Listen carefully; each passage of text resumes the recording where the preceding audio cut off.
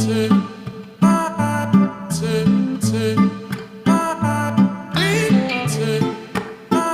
patama sa ngayon si Franz Castro sa mga INC dahil umano sa mga pangkalawakang rally sa ngayon na naganap sa bansang Pilipinas.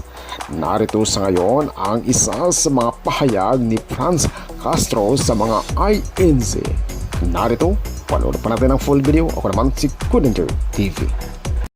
Sa INC, so ako po ay nirerespeto ko po yung inyong karapatan sa pamamahayag sa araw na ito. So karapatan naman ng bawat individual yung magpahayag na kung ano man yung kanilang mga saloobin, lalong-lalo na sa nangyayari sa ating pamahalaan o kaya yung gusto nilang mangyari sa ating bansa.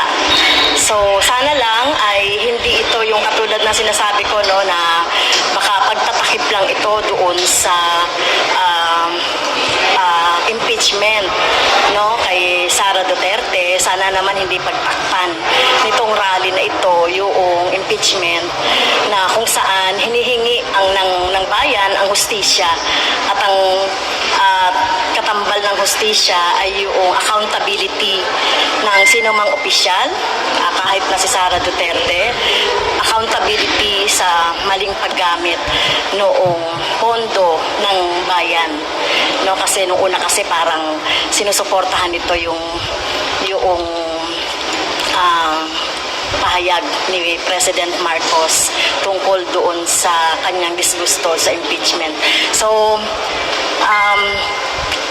kasama po ang mga kapatid sa Iglesia ni Cristo itong national interest na ipinaglalaban natin na panagutin sa pamamagitan ng impeachment si Sara Duterte doon sa kanyang misispend ng pondo.